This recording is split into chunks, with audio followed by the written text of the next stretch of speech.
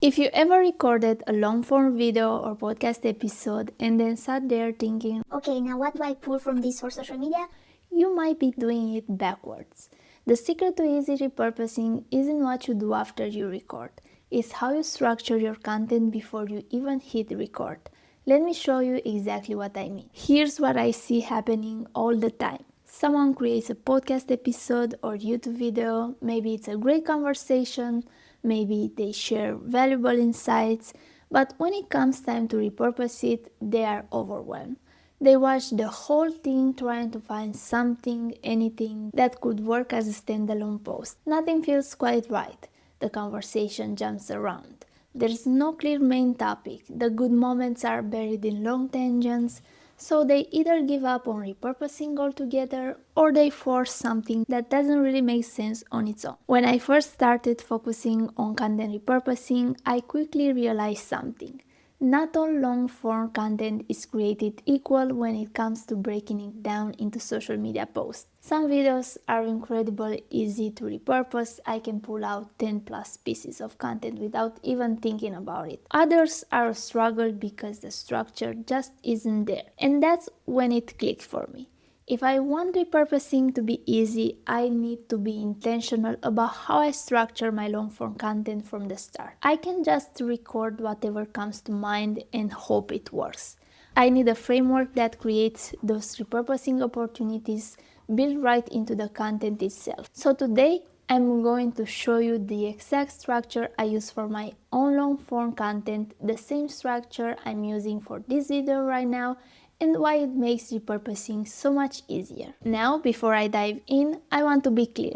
This is what works for me and what I suggest to my clients when they are figuring out how to structure their content. But you don't have to follow this exact framework. The point isn't to copy my structure word for word.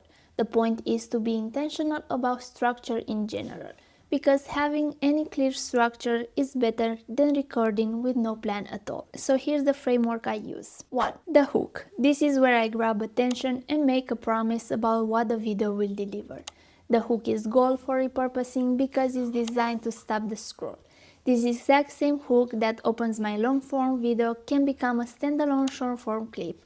It works on TikTok, Instagram Reels, YouTube Shorts, anywhere you need to catch someone's attention fast. What makes a good hook for repurposing? It addresses a specific problem or makes a bold promise.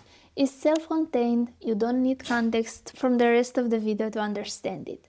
And it creates curiosity that makes people want to learn more. 2. Problem agitation. This is where I dive into the pain point my audience is experiencing. I describe the struggle, the frustration, the thing that's not working for them right now. This section is perfect for carousel posts. Each frustration or pain point I mention can become a slide in a carousel about signs you need a better content system or why your current approach isn't working. It can also become quote cards or single posts that just say, here's what I see happening all the time. People relate to pain points, so this content performs really well on its own. 3. Personal story. This is where I share my own experience, how I learned something, a mistake I made, a client example, or the moment I had an aha moment. Stories are the heart of connection and they're incredibly valuable for repurposing. A good story from your long-form content can become its own reel or TikTok. It can become a carousel that walks through how I went from to. It can become a single post with a powerful lesson. Stories work everywhere because people remember stories more than they remember facts. What makes a story good for repurposing? It has a clear beginning, middle, and end. It includes a lesson or takeaway. And ideally, it shows realness, not just I have always been perfect at this. 4. The solution, the teaching. This is the meat of the video, where I actually teach what I promised in the hook. For me, this usually means breaking down a process, explaining a concept, or walking through a framework step by step.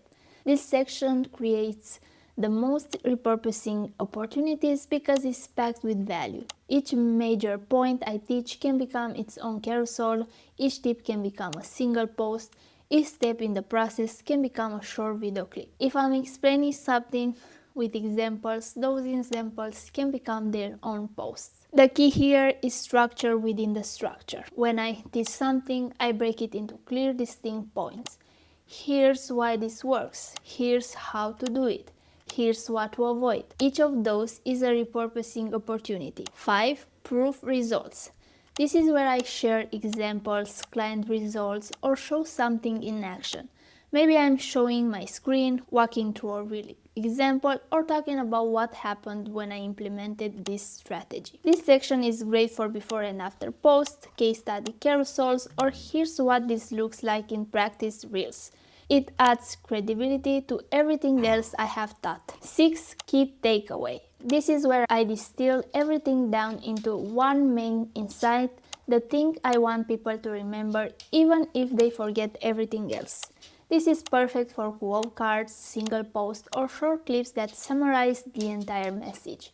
It's the soundbite that makes people go, yes, that's exactly it. Now here's why this structure makes repurposing so much easier. Every section has a clear purpose and creates natural stopping points. When I go back to repurpose this video, and if you watched my previous video about how I keep client content organized, you know I keep all my scripts and repurpose content in Notion. I can look at my script and immediately identify what will work as standalone content. The hook works on its own. The problem section breaks into multiple posts. The story stands alone. Each teaching point becomes its own piece. The takeaway is quotable. Compare that to a rambling conversation with no structure. Where do you even start? What's the main point? Which parts make sense without the full context? It's so much harder. This is the exact structure I use for every video I create, and it's what I suggest to my clients when they are planning their long-form content. When they follow a clear structure, whether is this one or something similar, repurposing becomes straightforward instead of overwhelming. I can take a 10 minutes video structure this way and pull out 7, 10 plus pieces of content without struggling to find material. The content is already there, organized in a way that makes sense for standalone posts. And for my clients who already have existing content that maybe isn't structured this way, we can still repurpose it. It just takes a bit more work to identify the moments that can stand alone. But going forward, if they structure their content intentionally, everything gets easier. So here's your big takeaway. If you want repurposing to be easy, don't think about it after you record. Think about it before. Structure your long-form content with clear sections that each serve a purpose, a hook that grabs attention, a problem that people relate to, a story that builds connection, teaching that provides value, proof that builds trust, and the takeaway that sticks. You don't have to use my exact structure, but having some structure makes all the difference. Because when your content has a clear framework, the repurposing opportunities reveal themselves. You are not searching for something to post, you are choosing from multiple strong options. Now, if you are thinking, Okay, I can structure my content this way, but I still don't have time to actually create all those social media posts. I totally get it. That's the reality for most business owners. You might have the time to record one well-structured video per week, but turning that into carousels, graphics, captions, and clips, that's a whole other job. And that's exactly what I help my clients with. They focus on creating one piece of structured long-form content, and I handle turning it into everything they need for social media. But whether you do it yourself or work with someone like me, the foundation is the same. Intentional structure makes everything easier. And I want to know, do you currently structure your long-form content intentionally, or do you just hit record and see what happens? And if you do have a structure, what does it look like? Let me know in the comments. I would love to hear what's working for you.